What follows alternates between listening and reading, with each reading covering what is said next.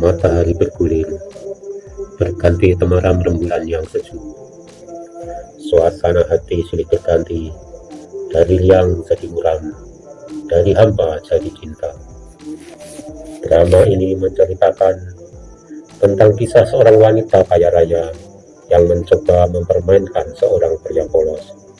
Wanita itu malah jatuh cinta dan memutuskan menikah dengannya. Jinbe adalah seorang wanita kaya raya. Ia bekerja dalam dunia entertain sebagai seorang artis. Saat ini, orang tuanya memaksa Jinbe untuk segera menikah. Mereka sudah menyiapkan calon suami untuk Jinbe, tetapi ia selalu menolaknya. Suatu hari, setelah Jinbe pulang kerja, seorang laki-laki tiba-tiba masuk ke dalam mobilnya. Dia itu bernama Jiwei. Dia adalah seorang aktor yang cukup terkenal. Jiwei terpaksa masuk ke mobil Jinbe karena ada banyak fan yang mengejar dia. Jinbe pun akhirnya mau membantu Jiwei. Dia menyalakan mobilnya lalu menyetir dengan lembut. Jiwei sama sekali tidak ketakutan karena ia tahu Jinbe selalu melakukan adegan berbahaya pada film-filmnya. Jinbe kemudian membocorkan rahasia bahwa perannya sebenarnya digantikan oleh orang lain. Jiwei yang mendengar hal itu langsung terkejut dan panik. Tidak lama kemudian, mereka berdua mengalami kecelakaan. Jiwei hanya cedera saja, tapi Jinbe pingsan. Sehingga Jinbe dilarikan ke rumah sakit. Dia diselamatkan oleh seorang dokter muda yang bernama Simon. Simon sendiri adalah pria yang hidupnya lurus. Ia sangat polos masalah wanita. Simon menghabiskan hidupnya hanya untuk menolong orang lain. Saat Jinbe sudah tersadar, Simon datang ke kamarnya. Ia terlihat sombong dan juga cuek. Jinbe yang merasa diabaikan tidak terima dengan sikap Simon. Ia berpikir, bagaimana bisa wanita kaya raya dan terkenal seperti dirinya diabaikan oleh seorang dokter yang ekonominya terbilang rendah. Jinbe pun berencana memberi Simon pelajaran. Jinbe semakin sakit hati karena ibunya menelepon dan memberitahu bahwa dokter yang merawatnya adalah tunangan dia, yang dijodohkan dengan Jinbe. Sebenarnya dia tahu kalau Jinbe adalah tunangannya, tapi Simon malah pura-pura tidak tahu, yang membuat dia semakin kesal. Akhirnya Jinbe mulai berpikir jahat. Ia mencoba memata-matai Simon ketika Simon akan melakukan pemeriksaan. Jinbe buru-buru lari ke kasur, mengambil posisi yang tepat. Ia mencoba menggadah Simon, tetapi sayang usahanya gagal. Jinbe kemudian mengendap-endap, mengikuti Simon sampai ke ruangannya. Kebetulan saat itu, Simon sedang mengganti pakaiannya. Keduanya sama-sama terkejut. Setelah sadar, Simon langsung mengusir Jinbe dari ruangannya. Jinbe lalu mencurahkan isi hatinya pada sahabatnya. Ia berencana membuat Simon jatuh cinta, lalu meninggalkannya. Aksi untuk menarik perhatian Simon pun dimulai. Percobaan pertama, Jinbe mengubah penampilannya menjadi seorang gadis yang baik. Ia bersepeda sambil menebarkan senyum pada Simon, tetapi Simon tidak menghiraukannya. Jinbe kemudian mencoba lagi dan memutar arah sepedanya. Simon tidak juga peduli. Setelah gagal pada percobaan pertama, Jinbe mengubah penampilannya menjadi lebih cantik. Pada percobaan kedua, Jinbe berpura-pura peduli pada pasien di rumah sakit dengan membacakan sebuah cerita atau dongeng. Sesekali ia mengintip Simon untuk melihat reaksinya. Usaha Jinbe kali ini masih belum membuahkan hasil. Pada percobaan terakhir, Jinbe mengubah dirinya menjadi seorang gadis yang nakal. Ia mencoba merayu Simon dengan tubuhnya. Pada akhirnya, Simon tetap tidak peduli, sehingga Jinbe menjadi sangat malu. Pada malam hari, seorang penggemar menyiram Jinbe dengan air. Simon muncul memperingatkan wanita itu, lalu mengusirnya. Jinbe mengira Simon akan membelanya. Ternyata ia justru diusir juga. Tidak perlu waktu lama, Jinbe langsung mengemasi barang-barangnya dan pergi dari rumah sakit. Jinbe berjalan dengan cepat sampai-sampai sepatunya patah. Ia terpaksa membuangnya dan pergi tanpa alas kaki. Siwan pun merasa bersalah setelah melihat Jinpei seperti itu. Sesampainya di rumah, Jinpei langsung menangis dengan sangat sedih. Ia mendengar seseorang mengetuk pintu. Saat ia membukanya, ternyata orang itu adalah Siwan. Siwan menyuruhnya memakai sandal, lalu Siwan mengobati kakinya. Rasa sedih Jinpei seketika hilang. Ia malah berpikiran licik dengan melanjutkan misinya, mempermainkan Siwan untuk mencari perhatiannya. Jinpei berusaha mencari-cari minuman, padahal kakinya sedang terluka. Keesokan harinya, Jinpei melanjutkan hidupnya sebagai seorang artis. Kesehatannya semakin menurun sampai akhirnya pada malam hari ini, ia menghubungi Siwan. Di telepon suara Jinpei terdengar sangat lesu. Hal itu membuat Siwan khawatir, sehingga buru-buru pergi ke rumah Jinpei. Siwan bahkan menyewa tukang kunci untuk membobol pintu rumah Jinpei. Benar saja, Jinpei ternyata sudah terkapar di atas sofa. Siwan kemudian memindahkannya ke kasur, menyelimutinya, dan memberikan obat padanya. Tetapi Jinpei yang tidak tahu diri malah merajuk, meminta Siwan membuatkan makanan untuknya. Siwan tidak merespon apapun, dan langsung pergi saja. Jinpei cukup kecewa, lalu berusaha untuk membuat makanannya sendiri. Sayangnya, semua makanan di rumahnya sudah berjamur. Dan tidak disangka, Siwan datang kembali sambil membawa makanan. Ternyata Siwan pergi bukan untuk meninggalkan Jinpei, melainkan untuk membeli makanan. Benar-benar tidak tahu malu. Jinpei malah meminta Siwan untuk membersihkan rumahnya juga. Sikap Siwan yang polos membuat Jinpei tanpa sadar malah jatuh cinta kepadanya. Tersenyum melihat Siwan yang selalu mau melakukan permintaannya. Setelah semuanya beres, Siwan kembali menyelimuti Jinpei yang sudah tertidur pulas. Siwan bergegas untuk pergi, tapi tiba-tiba Jinpei memegang tangannya. Akhirnya malam itu, Siwan terpaksa tidur menemani Jinpei.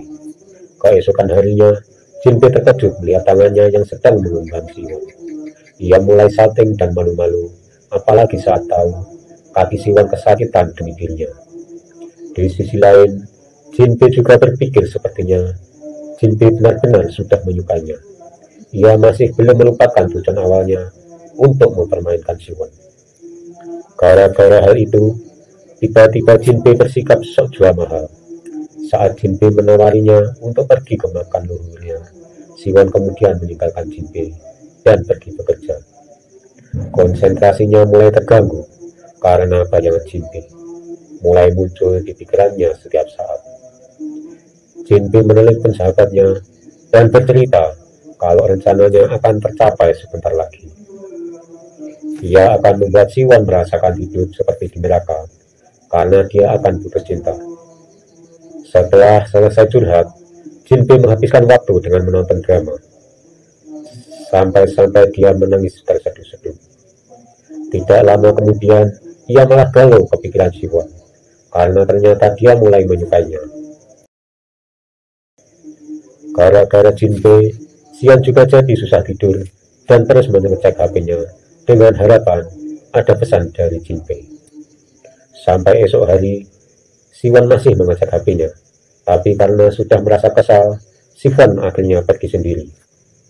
Di sisi lain, Jinpei masih berdiskusi dengan dirinya sendiri di dalam mimpi. HP-nya jatuh ke lantai dan akhirnya terbangun dengan wajah panik karena sudah kesiangan. Ia langsung bergegas dengan sangat cepat dan pergi ke rumah Siwan. Sesampainya di sana, Siwan ternyata sudah pergi. Anehnya Jinpei malah menyalahkan Siwan dan berkata mengapa Siwan tidak menunggu dirinya. Jinpei melampiaskan amarahnya dengan berbelanja dan terus mengoceh ditemani sahabatnya yang sangat sabar. Jinpei lalu pulang dengan belanjaannya yang sangat banyak. Tiba-tiba raut wajahnya berubah melihat Siwan yang sedang berdiri di depan rumahnya. Ternyata Siwan tidak meninggalkan Jinpei, melainkan pergi untuk menjemputnya. Jinpei sudah salah paham. Ia sangat senang meskipun seharusnya Jinpei memang pantas ditinggalkan.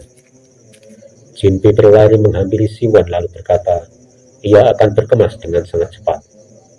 Mereka sudah siap untuk pergi. Siwan menyuruh Jinbe untuk memakai sabuk pengaman. Jinbe menjawab, mobil ini adalah mobil Siwan. Maka Siwanlah yang harus menjamin keselamatan Jinbe. Ia mencolek Siwan, memintanya memakaikan sabuk pengaman. Perjalanan pun dimulai. Sepanjang jalan Jinbe terus curi-curi pandang, sampai akhirnya dia ketiduran. Siwan menghentikan mobilnya dan menyelimuti Jinbe, lalu kembali melanjutkan perjalanan keesokan harinya. Siwan membawa Jinbe ke sebuah toko kue sebelum pergi ke makam leluhurnya. Tiba-tiba seorang pengendara sepeda menyerempet Jinbe. Seketika Siwan refleks untuk melindungi Jinbe. Hal itu membuat Jinbe sedikit salting. Tidak lama kemudian, Jinbe melihat ada penjual boneka kecil. Ia membeli satu dan memberikannya kepada Siwan. Awalnya Siwan menolak, tapi karena Jinbe sangat maksa dan orang-orang jadi melihat ke arah mereka, akhirnya Siwan menerimanya. Mereka berdua sudah sampai di rumah nenek Siwan. Siwan menyiapkan hadiah untuk Jinbe diberikan kepada neneknya. Tujuannya supaya Jinbe terlihat sebagai calon istri yang baik. Siwan dan Jinbe diarahkan ke kamar mereka. Jinbe terkejut karena ia akan satu kamar dengan Siwan. Tapi ternyata kamar mereka terpisah. Siwan kemudian berkata, Jinbe terlalu banyak berpikir. Anehnya, Jinbe malah kesal. Padahal tadi ia sendiri yang tidak mau satu kamar dengan Siwan. Jinbe masuk ke kamarnya dan memakan kue yang tadi ia beli. Siwan lalu muncul untuk berpamitan. Sebelum pergi, Jinbe menyuruh untuk memakan juga. Di luar jendela, adik perempuan Siwan yang bernama Ying Ying melihat tingkah Jinbe dan merasa jijik. Setelah Siwan pergi, Jinbe dikerjai oleh adiknya yang menyuruh Jinbe untuk memasak. Hasilnya Jinbe membuat hidangan yang mengecewakan. Jinbe merasa tidak enak, tapi untungnya Siwan kembali dan menegur adiknya yang nakal itu. Pada malam harinya, Siwan sendiri memutuskan untuk menyiapkan makanan. Saat ia sedang memasak, Jinbe diam-diam mengintipnya. Jinbe sangat tidak berbakat, sehingga Siwan dengan mudah mengetahui keberadaannya. Jinbe pun hanya tersenyum, menunjukkan giginya saat ketahuan. Karena sudah tanggung, Jinbe akhirnya malah menggoda Siwan. Tingkahnya terlihat oleh nenek dan adik Siwan. Nenek Siwan hanya senyum-senyum manja, sedang adiknya cemberut dengan muka kecut. Keesokan harinya pada upacara pemakaman leluhur, Jinbe masih tidur seperti biasanya. Siwan lalu meneleponnya. Seketika Jinbe langsung rusuh sendiri. Tapi anehnya, ia masih saja menyempatkan diri untuk memakai make up. Siwan yang tidak tahan akhirnya langsung membawa Jinbe pergi. Di luar, adik Siwan sudah bersiap untuk menumpahkan minuman ke pakaian Jinbe. Jinbe frustasi harus mencari-cari pakaian yang cocok. Padahal ia sudah menyiapkan pakaian itu semalaman. Keterlambatan Siwan dan Jinbe membuat beberapa keluarga menjadi resah. Tiba-tiba muncul sambil menggandeng Jinbe dengan romantis. Semua orang pun kagum pada kecantikan Jinbe, kecuali satu orang, yaitu adik perempuan Siwan. Upacara leluhur Siwan akhirnya dimulai. Jinbe membalas kelakuan Ying, sehingga ia dimarahi di tengah upacara. Di rumah, Ying mencurahkan emosinya pada Jinbe. Ia menuduh Jinbe sebagai wanita licik yang hanya memanfaatkan kakaknya Siwan. Kemudian Siwan datang membela Jinbe, tapi Ying terus berusaha menyudutkan Jinbe. Tapi Siwan malah membentaknya. Jinbe merasa kasihan, lalu berkata kepada Siwan bahwa Ying hanya cemburu. Siwan pun jadi merasa bersalah. Hari sudah malam. Jinbe berdiri di depan kamar Siwan sambil membawa seekor kucing. Maksud kedatangannya adalah untuk meminjam pengiring rambut, dengan modus kalau miliknya sudah rusak. Jinbe bicara sangat lebay dan manja.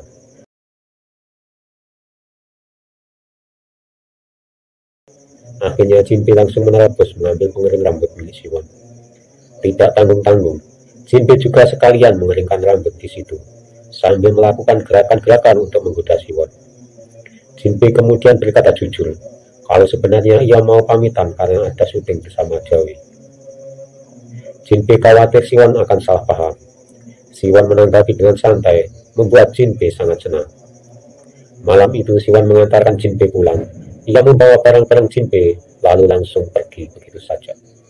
Tiba-tiba ia terdiam, membuka sebuah kotak hadiah yang ia persiapkan untuk Jinpei. Benda itu milik ibunya sendiri, dan harus diberikan pada wanita yang akan menjadi istri Siwon nanti. Saat Siwon kembali, Jinpei tiba-tiba membuka pintu, sehingga Siwon sangat terkejut. Jinpei yang kegeeran bertanya, apakah Siwon merindukannya. Siwon akhirnya tidak jadi memberikan hadiah itu. Pada hari berikutnya, Jinpei menceritakan semua itu pada sahabatnya. Tiba-tiba ia mendengar ada seorang mengetuk pintu. Orang itu ternyata Siwon yang membawakan hadiah dari neneknya. Jinpei memancing Siwon supaya masuk dan minum dulu. Siwon menolaknya dengan alasan harus bekerja. Padahal sebenarnya Siwon juga mau, tapi malu. Siwon yang sudah terlanjur menolak, tiba-tiba balik lagi, lalu berkata, ia sedikit haus. Wajah Siwon terlihat sangat malu. Keesokan harinya, Jinpei melakukan syuting bersama Jawi.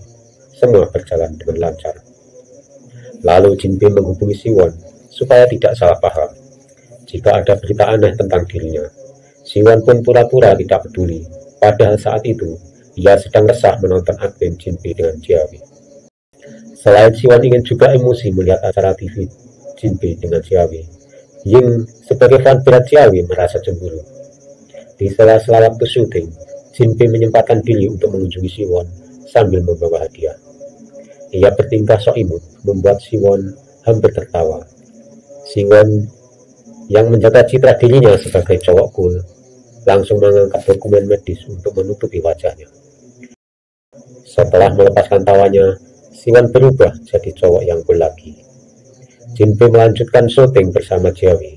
Kali ini, Jinpei bernasib sial setelah jatuh di lokasi syuting yang membuat kakinya cedera.